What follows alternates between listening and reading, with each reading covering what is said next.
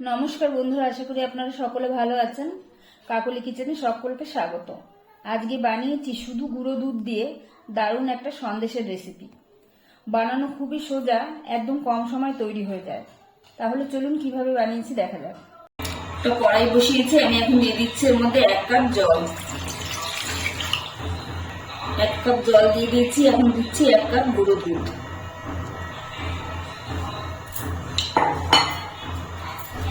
দুধটাকে আমি ভালো করে মিশিয়ে নিচ্ছি। দুধটা আমি জলের সঙ্গে মিশিয়ে নিয়েছি, এখন আমি চিনি দিয়ে দিচ্ছি।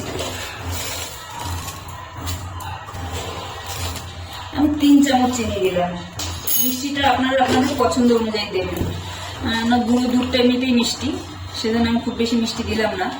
আর এখানে আমি জল দিয়ে গুলেছি দুধটা, আপনারা চাইলে এখানে লিকুইড দুধ ব্যবহার করতে পারেন। এখানে আমি 1 চামচ কেওড়া জল দিলাম ফ্লেভারের জন্য।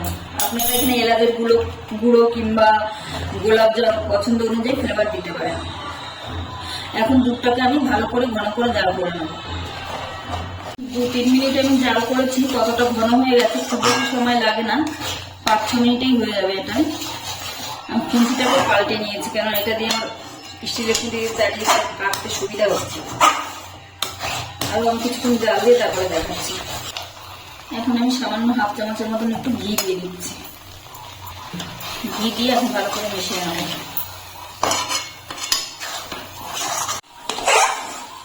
এখন আমার এটা রেডি হয়ে গেছে। কড়াই গা থেকে ছাদটা আরম্ভ করে দিয়েছে, এক জায়গা জড়ো হয়ে গেছে সব। এখন আমি গ্যাসটাকে অফ করে এটাকে ঠান্ডা করে নেব। আমি কড়াই থেকে নামিয়ে নিয়েছি, এটা ঠান্ডাও হয়ে গেছে। এখন আমি একটু মেখে নিচ্ছি।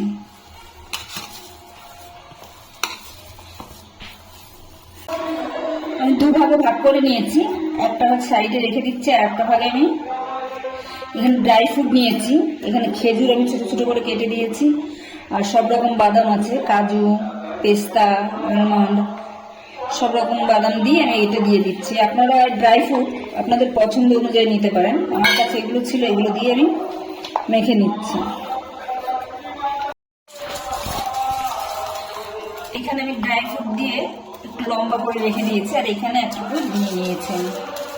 এটাকে গোল করে আমি একটু বেলে নেবো। একটু প্লাস্টিকের মধ্যে একটু ঘি মাখিয়ে নিয়েছি। এখন একটুখানি এটা একটু বেলে নেবো আমি।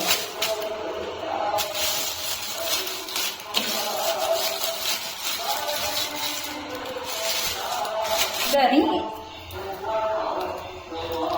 এই রুটির মধ্যে বসিয়ে দিচ্ছি।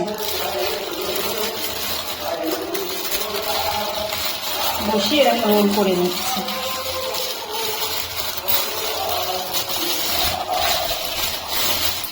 বসিয়ে নিলাম, আমি এটা একটু চৌকো চৌকো করে দিচ্ছি। চৌকো হোক গোল আপনাদের পছন্দ অনুযায়ী দিতে পারেন। আমি চৌকো সেট করে দিচ্ছি। চারিদিকটা হাত দিয়ে চিপে লাগিয়ে দিতে হবে।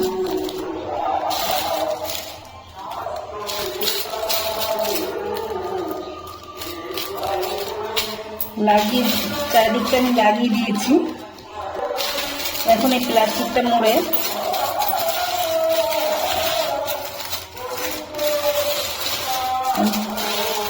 ফ্রিজের মধ্যে 8 ঘন্টার জন্য রেখে দেবো। 8 ঘন্টা পরে আমি কেমন সেট হয়েছে সেটা দেখাবো। আমি ফ্রিজ থেকে বের করে নিয়েছি।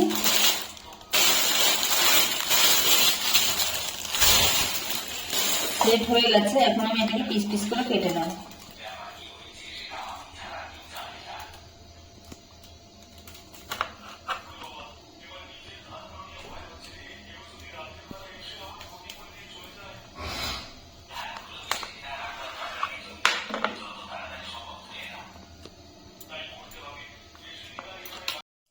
রেসিপিটা তৈরি হয়ে গেছে। ভিডিওটি যদি ভালো লাগে তাহলে একটা লাইক করবেন, সাবস্ক্রাইব করবেন এবং কমেন্টে জানাবেন কেমন হয়েছে।